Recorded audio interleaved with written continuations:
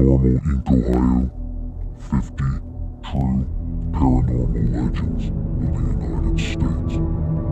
Tonight, we talk about the Skinwalker of Arizona. Hello. Thank you for coming back to listen to another true haunting story. We've been going over the 50 paranormal legends of the United States. Tonight, we visit Arizona for the Skinwalker. As legend goes, to become a Skinwalker, you must attain priesthood and then kill a member of your own family. Then, and only then, can you gain the powers to shapeshift. Then and only then are you a true Skinwalker. The story I'm about to tell you came from my research on the internet. I believe it to be true. Do you? According to local folklore, the man had done just that. An Indian priest had supposedly not only killed 1 out of 5, but he killed all of them. All immediate members of his family. They never caught this man. He disappeared into the woods, never to be seen again.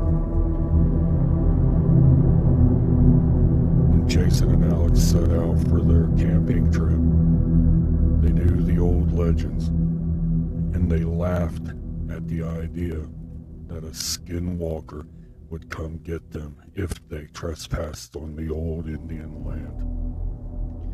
The same land that supposed murders had taken place.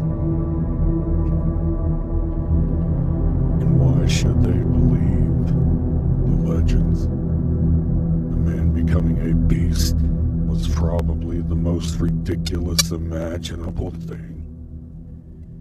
Jason and Alex were brothers.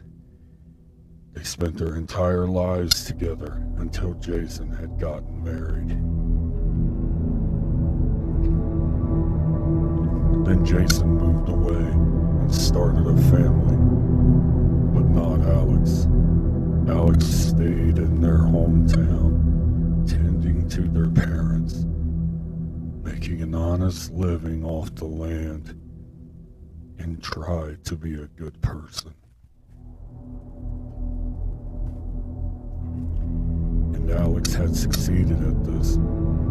He hadn't broken a commandment in years and was well on his way, well, in his own mind, to heaven. 3 years had passed between their last get-together, and 3 more might have passed if Alex didn't insist on a camping trip. But insist, he did, and there they were. It was getting dark, and the 2 of them were laying out under the stars. They were deep in the woods, and they had no GPS, no maps, but they knew the path back from where they were. They had gone there as kids. Never know. Huh? Alex replied. He only caught bits and pieces. Sometimes we can never let Dad know, Jason reiterated. Know what? That we stayed on the old Indian land past dark. We promised him as kids, and I wouldn't want to upset him now. He's getting pretty close to being dead.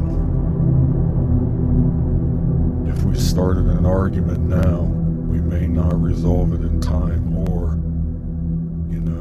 just don't tell him or Ma, okay? Okay, no problem. They were silent for a while, until up creeped a small raccoon. "Oh, look at that," Alex called, as he pointed towards the critter.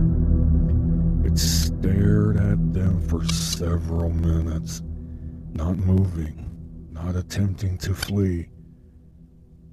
When they motioned towards it, it stayed almost perfectly still. And then, finally, it left. Minutes later came a deer. Again, the creature stayed and watched them. Unwavering determination glared in its eyes. For about 2 hours, the duo was kept awake, as every animal they knew to live in the forest, and some they were almost sure didn't inhabit the area, came to gaze upon them.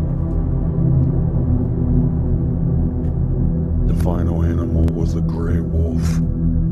Slowly moved towards them, and when it was 5 feet away, it stopped.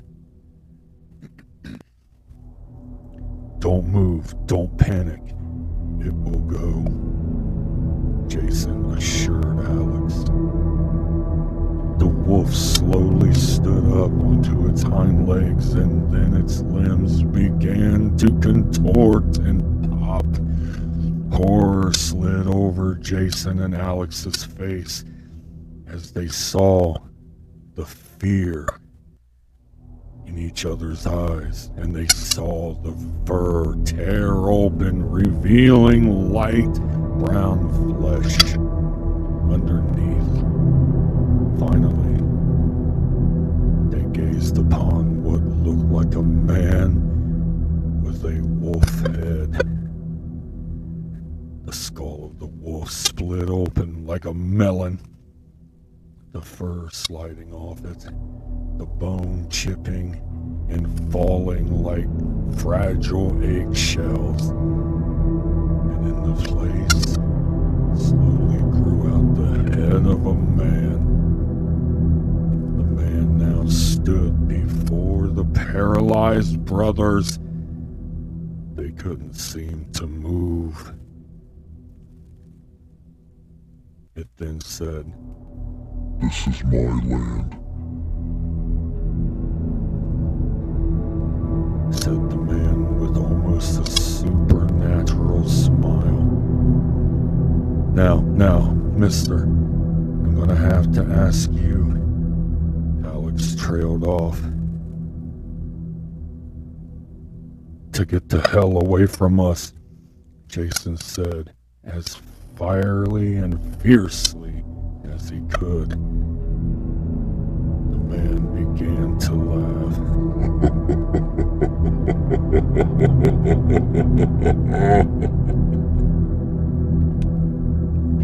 And as he continued to laugh, the pitch changed. It grew deeper, from that of a man into that of a demon. And soon, it sounded as if Satan himself was bellowing out at them. The man's skin grew black as coal, and his eyes yellow like a cat's. His demonic laughter echoed through the forest as he drew closer and closer. The brothers, being unharmed, they had no choice other than to flee. And that's what they did. They ran as fast as they could, except instead of out to their cars, they were cornered into running deeper into the woods. For hours they seemed to play cat and mouse. Several times animals they passed would burst open into grotesque things, revealing the deranged man. But they continued to run, as the man simply said, "Yes, run. Continue to run. I love the hunt. Finally reaching a cabin, they ducked inside. They were filled with fear, and the brothers felt that leaving the cabin would end in their deaths. What they found in the cabin made them regret their ignorance on legends. For in the main bedroom of the cabin was corpses, at least 100 of them. Every animal they had seen in that night was there, along with some larger bodies, some of them human. It was then that the man burst into the room, except he was once more a wolf, and in his deep voice he snickered out, Welcome home. It was then that the man started laughing. The following week, the authorities found the cabin during their search for Jason and Alex. Both brothers' faces looked as if they were eaten by an animal of some sort. 6 days later, security cameras, several states over, caught Alex filling up a car with gas. Several eyewitnesses also reported seeing the dead man, and on nearly all accounts, he was seen smiling a wide, toothy, unnatural grin.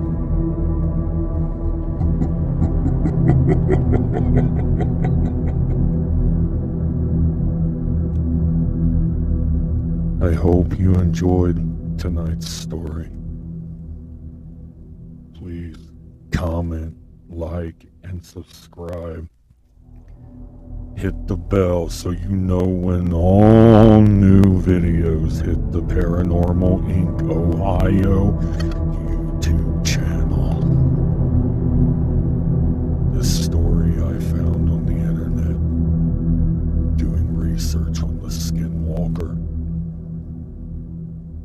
It was by Anana Gilbert. I'm sorry if I destroyed your name. Please, everyone, try to have a good night's sleep if you can.